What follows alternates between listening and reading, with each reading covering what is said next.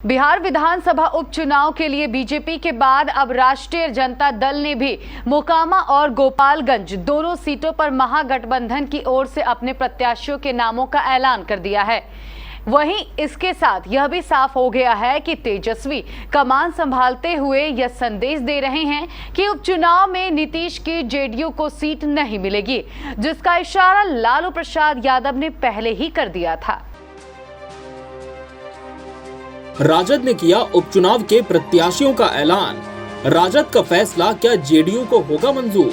JDU को नहीं मिली एक भी सीट, क्या नीतीश पर भारी पड़ेंगे तेजस्वी?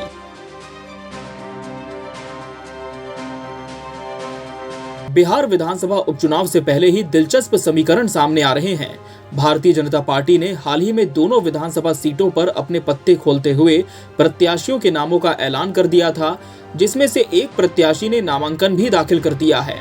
वहीं दूसरी प्रत्याशी 14 अक्टूबर को नामांकन पत्र भरेंगी।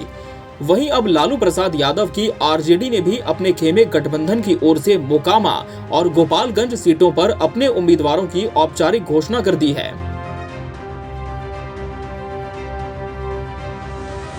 मोकामा से अनंत सिंह की पत्नी नीलम देवी को मौका दिया है, तो वहीं गोपालगंज से मोहन गुप्ता चुनावी मैदान में ताल ठोकते नजर आएंगे।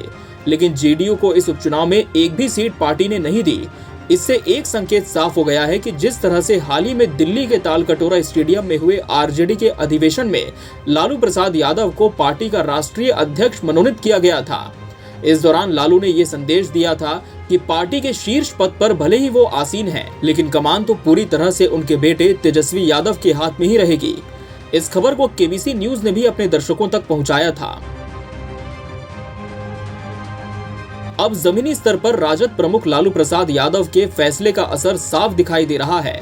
लालू प्रसाद यादव के बेटे और राज्य के उप मुख्यमंत्री तेजस्वी यादव ने बड़े फैसले लेने के अपने अधिकार का प्रयोग किया है। ये साफ झलक रहा है प्रत्याशी चयन पर भी। इस महागठबंधन में जेडीयू एक बड़ी पार्टी है, लेकिन उसे एक भी सीट नहीं मिली।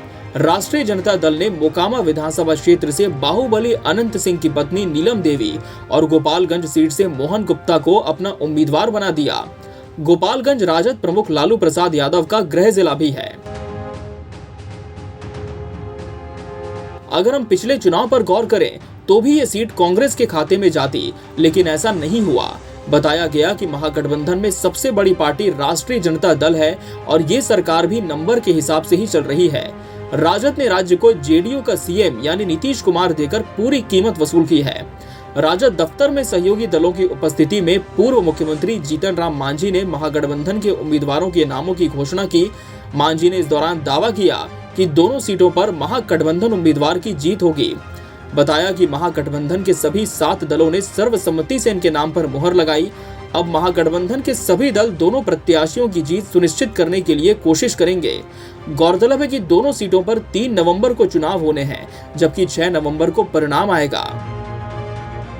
आपको बता दें कि 2020 के विधानसभा चुनाव में एनडीए की तरफ से बीजेपी कैंडिडेट सुभाष सिंह लड़े थे और जीते भी। लगातार उनकी ये चौथी जीत थी। आरजेडी गठबंधन से कांग्रेस के आसिफ गफूर लड़े थे, जो तीसरे स्थान पर रहे थे। दूसरे स्थान पर रहे लालू यादव के साले साधु यादव बीएसपी के टिकट पर लड़े थे। महागठबंधन में चर्चा थी कि आरजेडी मोकामा और जेडीयू गोपालगंज इस बार लड़ेगी, लेकिन आखिर में तेजस्वी भारी पड़े और दोनों सीट आरजेडी के नाम कर ली।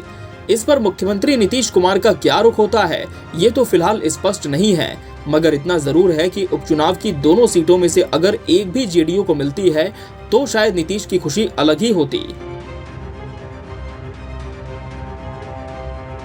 Bureau report, KBC news.